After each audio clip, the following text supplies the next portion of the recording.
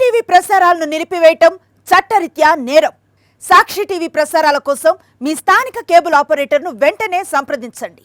DTH లో internet లో కూడా సాక్షి టీవీ ప్రసారాలను వీక్షించవచ్చు. అనకాపల్లి జిల్లా యలమంచిలి నియోజకవర్గంలో శారదా నదికి 2 చోట్ల గండిపడింది. మునగపాక మండలం గణపర్తి గ్రామం, రాంబిల్లి మండలం వైలోవ గ్రామం వద్ద గండిపడినట్టుగా తెలుస్తోంది. దీంతో వేలాది ఎకరాల్లో పంట పొలాలు నీట మునిగాయి.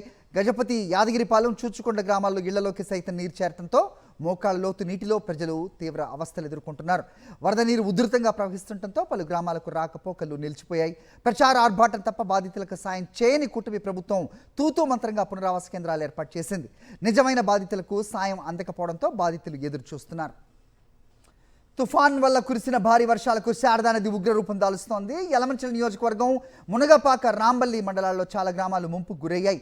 వరద ప్రవాహం నడుము లోతు వరకు చేరుకుంది. చూచుకొండ, యాదగిరిపాలెం, గణపతి, వైలోవ, రజాల, కుమ్మరవల్లి, నారాయణపురం, మర్రిపాలు వంటి గ్రామాల ప్రజలు తీవ్ర ఇబ్బందులు పడుతున్నారు.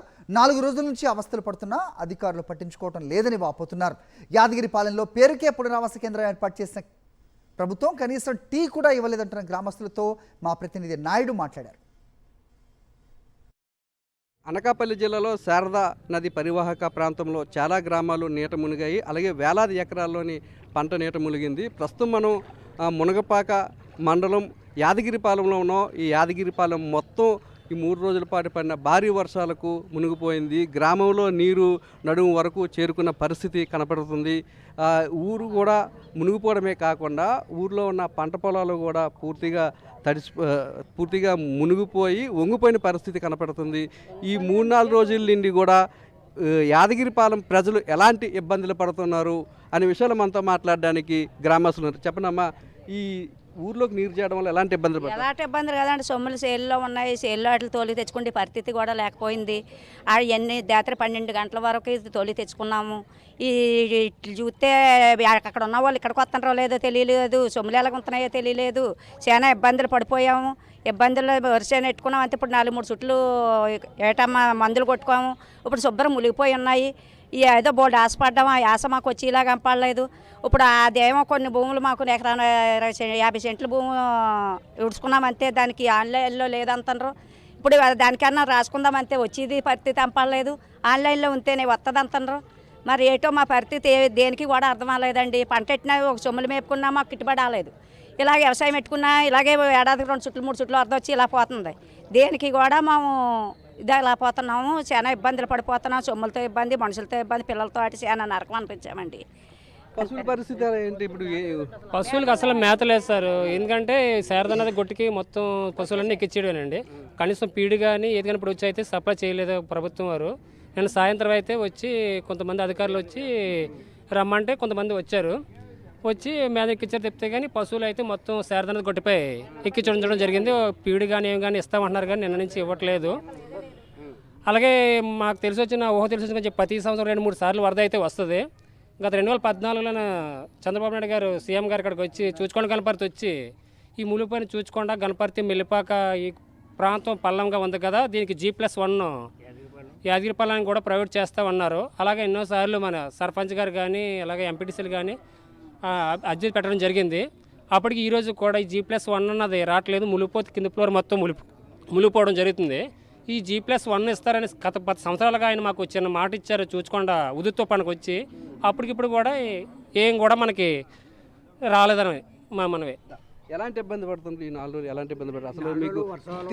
తిండి పరిస్థితి కూడా చాలా ఇబ్బందికరంగా ఉందండి.